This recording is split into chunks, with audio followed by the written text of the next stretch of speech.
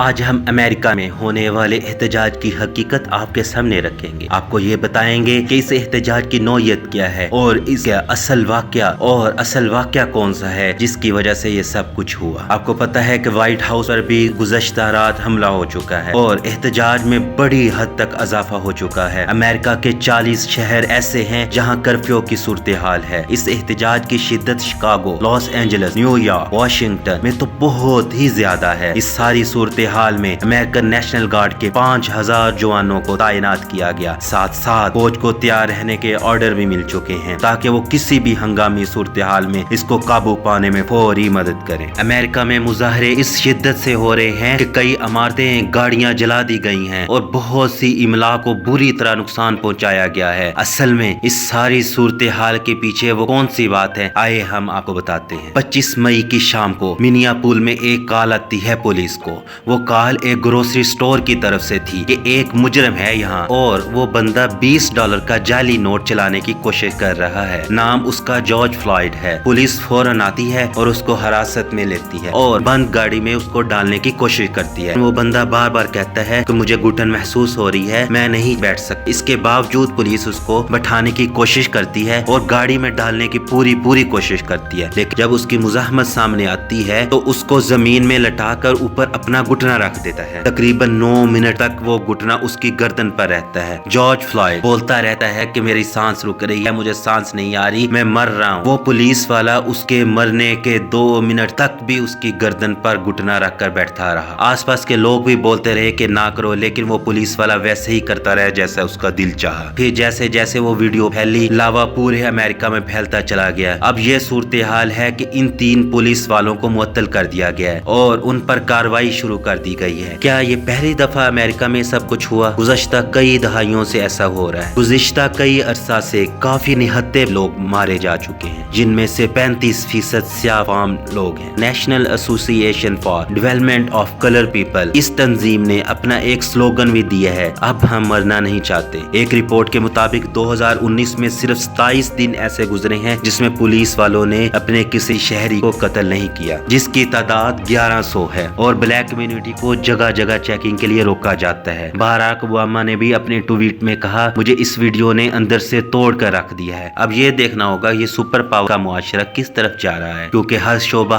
زندگی میں بہت آگے نکلنے والا اثر میں اندر سے کھوکھلا ہو چکا ہے۔ امریکہ میں لارڈ اینڈر کی یہ صورتحال ہے کہ آپ چند شہروں اور جگہوں کے علاوہ کھل کر آ جا نہیں سکتے۔ قاعدہ کہا جاتا ہے کہ آپ وہاں نہیں جا سکتے اور یہاں اتنے بجے سے اتنے بجے تک جا سکتے ہیں۔ ٹویٹر پر ٹرینڈ چل رہے ہیں امریکہ چاہیے یا ٹرمپ، کیونکہ اس نے کہا کہ کسی بھی مشکل گھڑی میں ہم اپنا کنٹرول سنبھال لیں گے، لیکن اگر لوٹ مار شروع ہوئی تو فائرنگ بھی شروع ہو جائے گی، کیونکہ وہ باہر احتجاج کرنے والوں کو قصوروار سمجھ رہا ہے، بجائے ان کے کہ لوگوں کو ٹھنڈا کرے، قانون میں نرمی لائے اور پولیس ایکٹ میں ترمیم کرے۔ اور یہ بھی ٹرمپ نے کہا کہ لوگ دکانوں کو لوٹ رہے ہیں اور ہمارے عظیم نیشنل گارڈ کو بلائیں۔ اب یہ دیکھنا ہوگا کہ امریکہ اپنے اندرونی اور بیرونی معاملات کو کیسے دیکھتا ہے، کیا پہلے اپنے اندر کے معاملات کو ٹھیک کرے گا یا پھر وہی چائنا کی الاپ الاپتا رہے گا۔ اگر آپ کو ہماری ویڈیو پسند آئے تو لائک کریں، شیئر کریں اور سبسکرائب کرنا مت بھولیں۔